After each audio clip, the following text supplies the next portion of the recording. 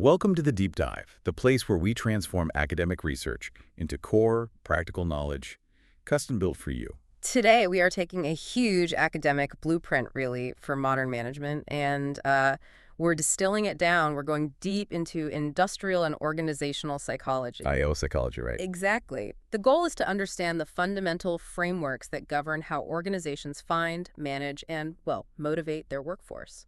And our mission, really, is to move through that whole employee life cycle and just pull out the core knowledge you need. We want to get at the why behind every policy, every training session you've ever sat through. Every performance review. Yes, every performance review, basically giving you the ultimate shortcut to being truly well-informed about what's happening at work.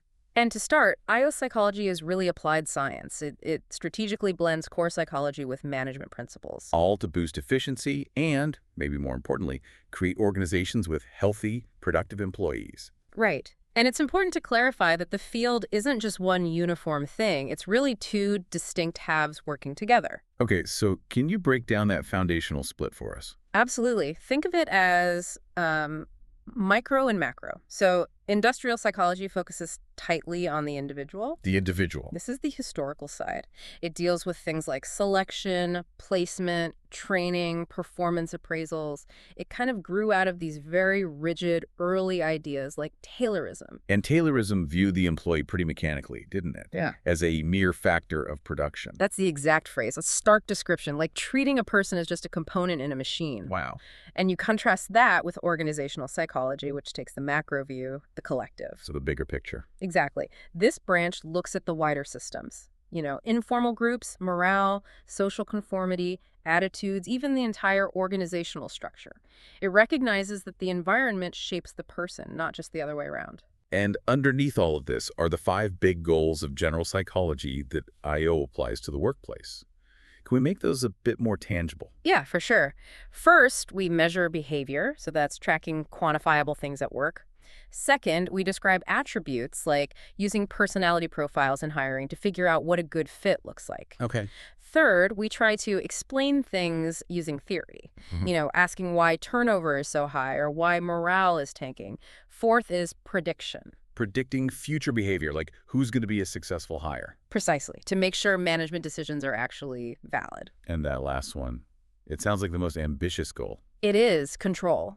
Now, this doesn't mean manipulation. It's about systematically encouraging desired behavior, like job engagement, while stopping, undesired behaviors like absenteeism. That's the whole toolkit. Okay, so let's unpack this. First practical application, building the workforce.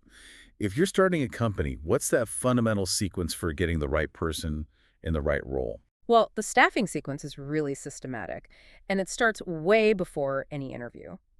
It begins with job analysis, defining what the job actually requires. Okay, so you know what you're looking for. Right. Then you move to manpower planning, which is forecasting future needs. Then comes recruitment, then selection, and finally, placement. Let's focus on recruitment for a second. That's the process of actively going out and finding people. It can be internal, right? Promotions, transfers. Or external, which is crucial for growth. You've got unsolicited applications, poaching from competitors, job fairs, new grads. The whole point is to attract qualified people efficiently. But the real high-stakes part of this is selection. Absolutely. And this is where we get that incredible economic insight from our sources. We all get the cost of a high-level failure, like picking the wrong astronaut. That could cost billions. Yes, but here's the really surprising part. The sources show how vital selection is even for what we might think of as lower-level jobs. Okay, so get this. If you correctly hire a single great bartender and you replicate that success across a big hospitality chain, the total revenue impact of that one good hiring process can be in the tens of millions a year. Tens of millions from a bartender. It completely reframes hiring from just a cost center into a major strategic investment. And that economic reality, I guess, justifies the rigor of the selection process. Yeah. I mean, it can have up to 9 stages. Why so many? It's all about risk mitigation. You need multiple checkpoints to increase validity and reliability. It might start with a preliminary interview, then the application for standardized data, maybe a second interview. And then the more objective stuff. Exactly. Crucially, psychological testing for better predictive power. Then work history checks, reference checks, a medical exam, a formal recommendation, and then finally the offer. So once someone is selected, you shift right into building their competence. And we need to draw a clear line here between short-term training and long-term development.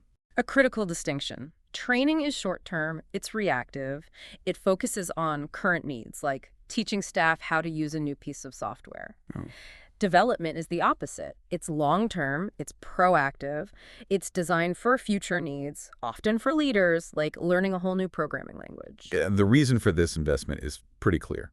Fix performance gaps, prevent skills from becoming obsolete, and just increase productivity. But this is where you run smack into a huge biological barrier to learning, the forgetting curve. The forgetting curve.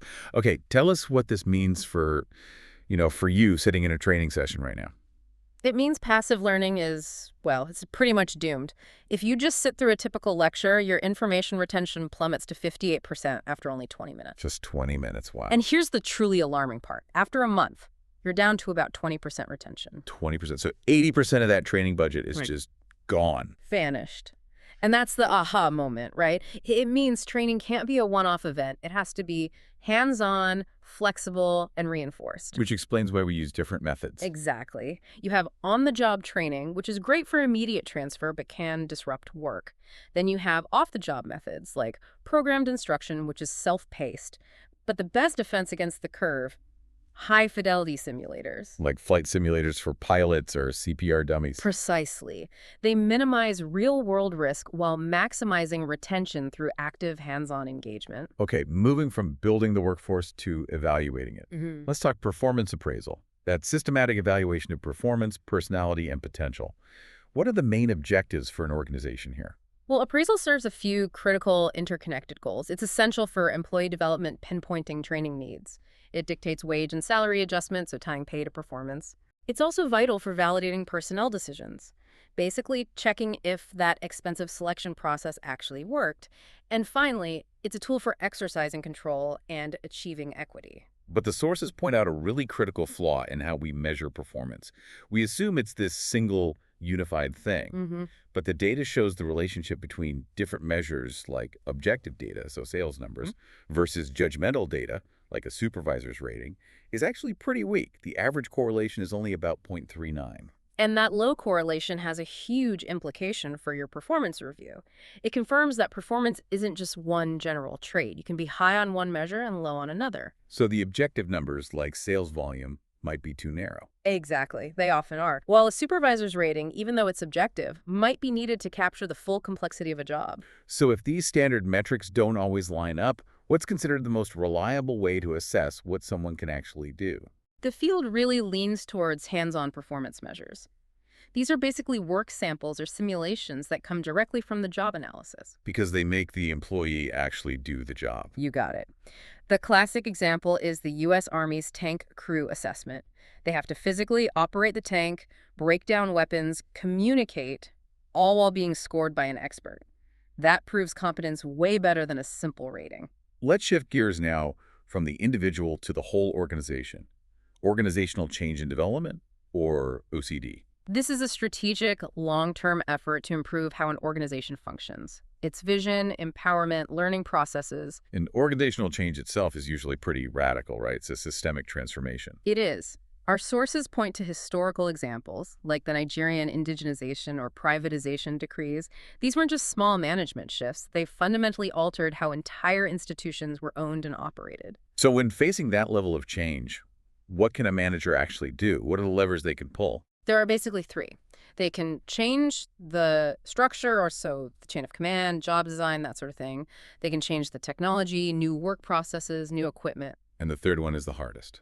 By far. Changing the people, which means changing the culture, attitudes, expectations, and behaviors. And since changing culture is so difficult, what are some of the specific IO psychology techniques to make it happen?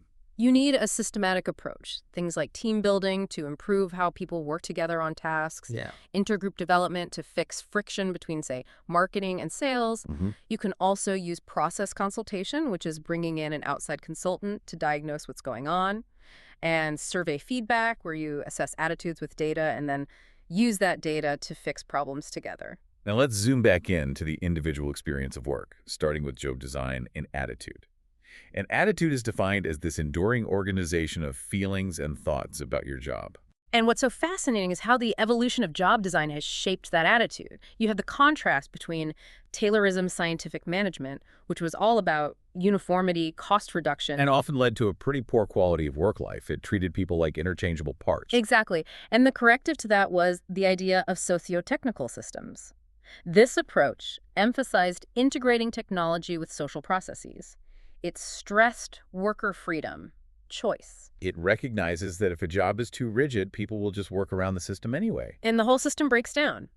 This shift leads us right to ergonomics, or human factor engineering, the whole idea of man-machine fit. The logic seems so simple. It is. Design machines and tools to fit human abilities don't force humans to strain to fit the machine. And why is this so important beyond just, avoiding carpal tunnel? Well, good ergonomics gives you 5 huge advantages. It reduces costs from injuries, it increases productivity, it improves quality, it boosts employee engagement. Because the work is just physically easier. Right. And it fosters a much stronger safety culture for the whole organization. But, no amount of ergonomic design can get rid of conflict. It's just endemic when you have diverse people and interests. What are the main types we see at work? We usually classify them into 3 buckets. There's relationship conflict, which is personal dislike, rumors, stereotypes, then value conflict dissent over core moral or ethical beliefs. And the last one? Interest conflict. That's when one person's desired outcome prevents another's from being met, like 2 people fighting for the same promotion. And the mechanisms for resolving this, they sort of escalate, right, from least formal to most. They do. You start with negotiation, just in-house talks, then mediation, bringing in a neutral third party to help, but it's non-binding. Then arbitration, where a third party makes a binding ruling. And the last resort is litigation. A civil trial. Right. And organizations should always be aiming for those less formal methods first. Let's focus on negotiation. It's a real skill, and there's a methodical process to it. There is. You have to start with preparation, get your facts straight. Then discussion, where both sides present their case. Then you clarify goals to find common ground. And from there, you negotiate toward a win-win. Hopefully. You move toward a win-win outcome, you get a clear agreement, and then you focus on implementation. And what are the personal skills that really make a difference in that room? Well, a positive attitude helps, but deep knowledge of the issues is critical. Then you have the social abilities, active listening, emotional intelligence, persuasion, and maybe above all else, patience. These things are rarely solved quickly. Okay, for our final section, let's zoom all the way out to the long-term view. Career development. We're defining a career as the whole sequence of work rolls over a person's life. And your career choice itself is deeply informed by what we call career anchors. These are your core motivations, your self-perceived talents, your values. They're like guiding lights. So how do these anchors actually guide your behavior? Well, for example, if your anchor is technical functional competence, you're driven to be the expert, the master of your craft, not necessarily the manager. I see. But if your anchor is security and stability, you'll prioritize tenure and benefits over taking a risk. Other anchors are things like autonomy or a need for power. Understanding your anchor is key to figuring out why one job feels meaningful and another just feels empty. And this all feeds into the classic career cycle model, which maps our careers across different life stages. Yeah, it starts with growth, from ages 0 to 13, where you build your first ideas about work. Then exploration, from 14 to 24, where you're trying things out, clarifying what you want. And then you enter the core of your professional life. Right. The establishment stage, from 25 to 44, this is all about achieving success, stabilizing your professional identity. Followed by the stage most of us spend the longest time in. Maintenance. Maintenance, from 45 to 65. This stage is all about renewal, updating skills, finding new approaches, and just proactively avoiding getting stuck in a rut. It's about staying relevant. And then finally, Disengagement, 65 and up. Traditionally, this meant the transition to retirement, slowing down, and shifting focus to personal life. and we have to just briefly touch on work-related psychological health. Stress, depression, anxiety. It's defined as a harmful reaction to undue pressures at work. And what's telling is that it's highly prevalent in public service industries. Education, healthcare, public administration. It suggests that jobs dedicated to serving others often carry the heaviest psychological load. So this deep dive really shows that IO psychology is the systematic study of why work, works the way it does. Every single process we covered, from that multi-stage selection process that protects revenue to the science of the forgetting curve that dictates your training. It's all dictated by these principles. And it dramatically impacts your daily work life and the success of your organization. The knowledge is here. The challenge now is to apply it. We've talked about the long-term career cycle and those core motivations, your career anchors, that drive you. So consider this final provocative thought. If that traditional disengagement phase is being replaced by things like bridge employment, part-time work after retirement, or encore careers. A second professional act, often with more social impact. Exactly. So if that's the future, how must organizations and how must you personally reevaluate your definition of the maintenance and disengagement stages to ensure you have fulfillment and sustained relevance over what's becoming a much, much longer working life?